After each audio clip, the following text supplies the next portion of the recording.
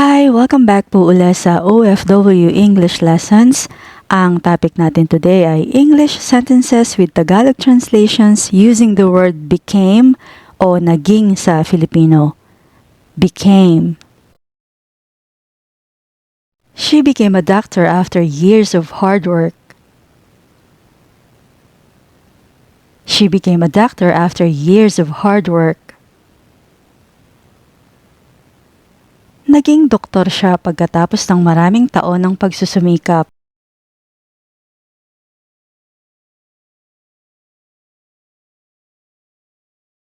The weather became colder as the sun went down.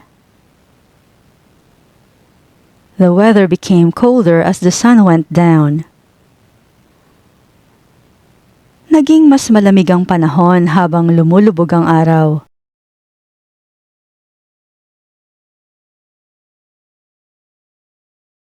The garden became overgrown with weeds during the summer. The garden became overgrown with weeds during the summer. Lumago ang hardin dahil sa mga damo noong tag-init.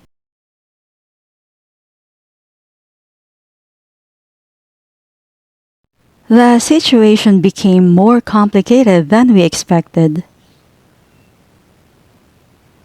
The situation became more complicated than we expected. Naging mas komplikado ang sitwasyon kaysa sa inaasahan namin.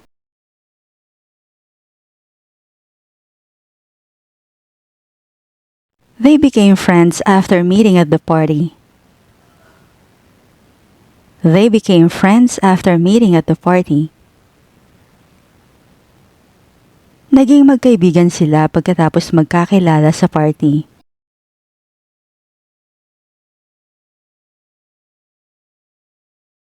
Over time, he became more patient with others.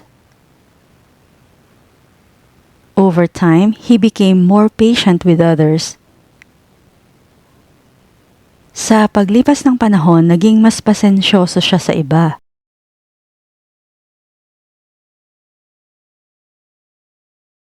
The dog became more playful after recovering from the illness. The dog became more playful after recovering from the illness. Sumigla ang aso nang gumaling sa sakit.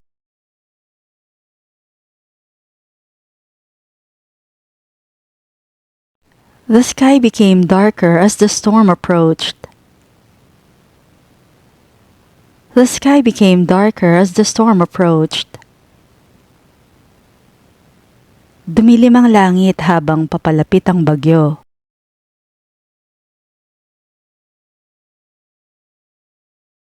The noise became unbearable, so we left the room.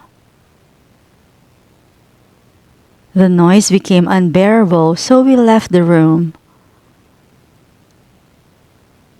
Tumindi ang ingay kaya lumabas kami ng kwarto.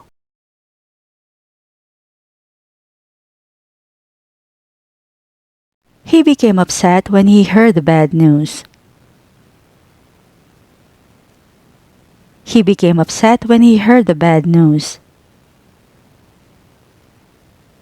Nainis siya nang marinig niya ang masamang balita.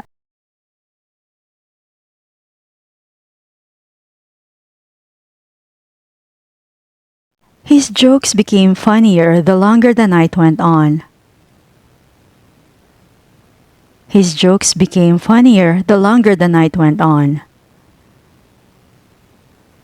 Naging mas nakakatawa ang mga biro niya habang lumalalim ang gabi.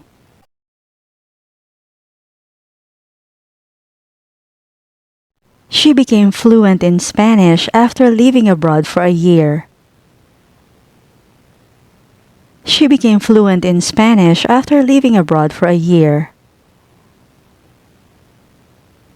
Naging bihasa siya sa Espanyol matapos manirahan sa ibang bansa ng isang taon.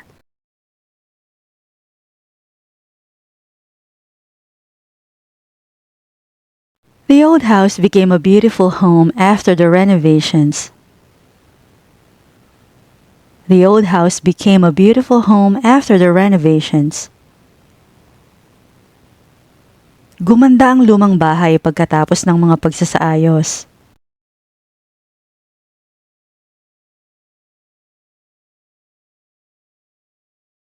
The conversation became heated as they discussed politics.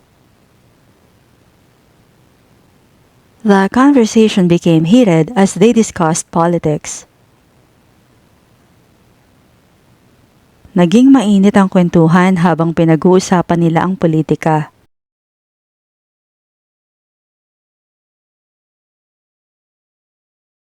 The road became slippery after the heavy rain. The road became slippery after the heavy rain. Dumulas ang daan matapos ang malakas na ulan.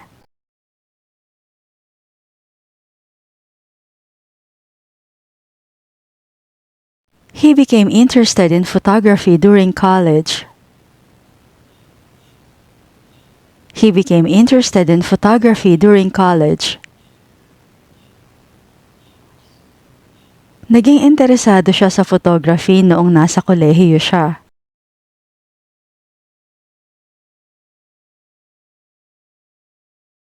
His attitude became more positive after the therapy sessions. His attitude became more positive after the therapy sessions. Naging mas positibo ang pananaw niya pagkatapos ng mga sesyon ng therapy.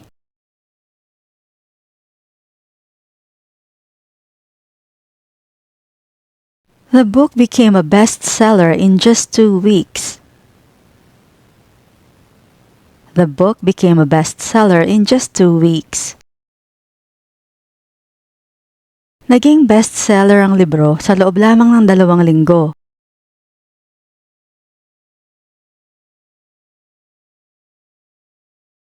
She became more confident after taking the course. She became more confident after taking the course. Naging mas kumpiyansa siya pagkatapos kumuha ng kurso.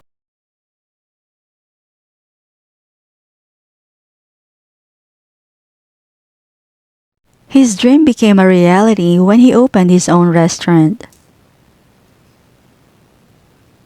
His dream became a reality when he opened his own restaurant.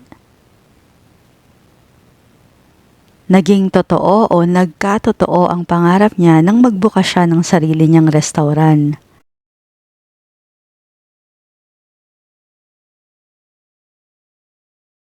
The city became quieter after the festival ended.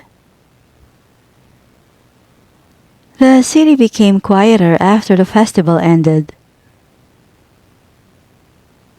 Naging mas tahimik ang lungsod matapos ang piyesta.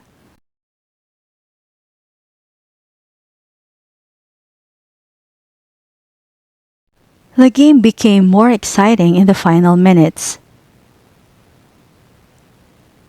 The game became more exciting in the final minutes. Naging mas kapanapanabik ang laro sa mga huling minuto.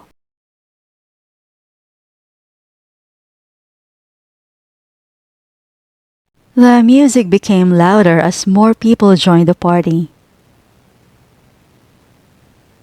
The music became louder as more people joined the party. Lumakas ang tugtog nang dumami na ang tao sa party.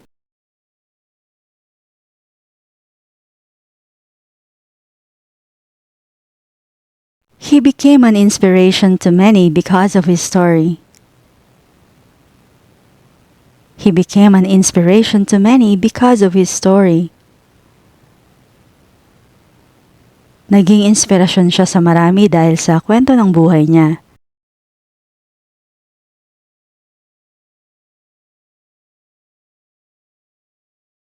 She became emotional during the graduation speech. She became emotional during the graduation speech. Naging emosyonal siya habang nagbibigay ng talumpati sa pagtatapos.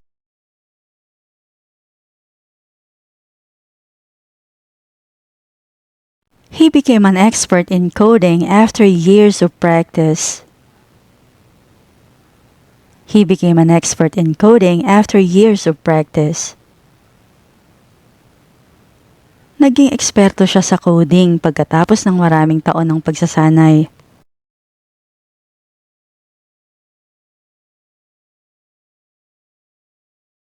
The small cafe became popular because of its unique desserts. The small cafe became popular because of its unique desserts. Naging sikat ang maliit na cafe dahil sa kakaibang mga panghimagas nito.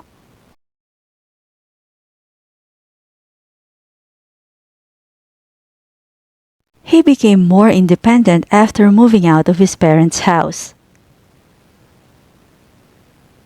He became more independent after moving out of his parents' house.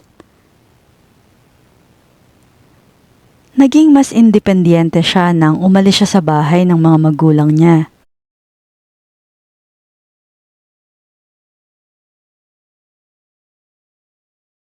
They became business partners after years of collaboration. They became business partners after years of collaboration. Naging magkatuwang sila sa negosyo pagkatapos ng maraming taon ng pagtutulungan.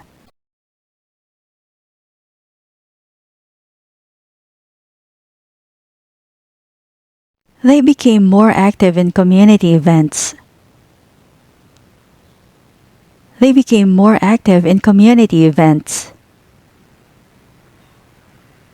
Naging mas aktibo sila sa mga kaganapan sa komunidad.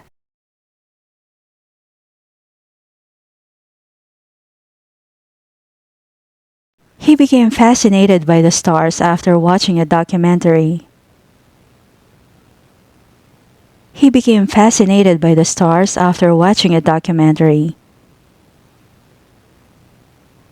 Naakit siya sa mga bituin matapos makapanood ng isang dokumentaryo.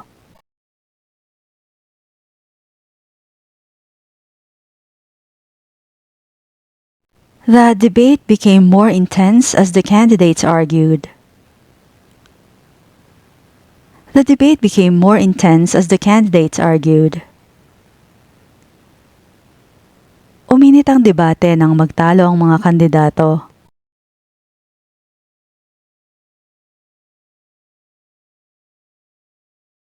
He became a member of the club to meet new people. He became a member of the club to meet new people.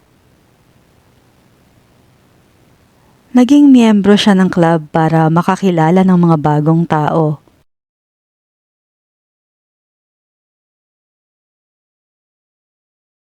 The problem became easier to solve with teamwork. The problem became easier to solve with teamwork. Naging mas madaling lutasin ang problema sa pamamagitan ng pagtutulungan.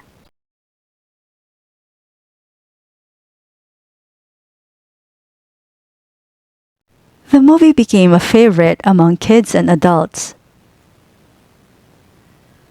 The movie became a favorite among kids and adults. Naging paborito ang pelikula ng mga bata at matatanda.